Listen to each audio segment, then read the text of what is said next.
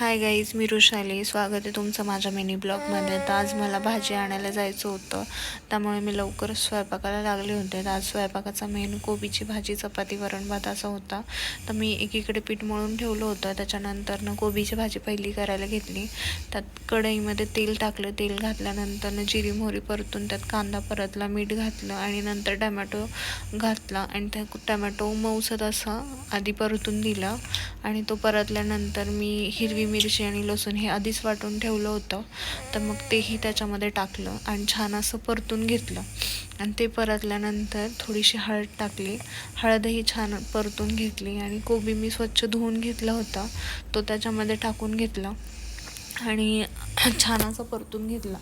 तर मी ह्याच्यामध्ये साखर घालताना नाही दाखवली, पण चवीपुरती साखरही त्यात घालायची चिमूटभर.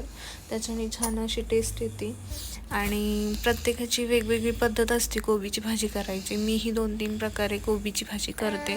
तर आज मला जायचं होतं म्हणून मी पटकन होईल अशी भाजी केली. अशी खूप छान लागते. नंतर ती वाफेवर ठेवून अशी वाफवून घेतली आणि खूप मस्त झाली होती चवीला.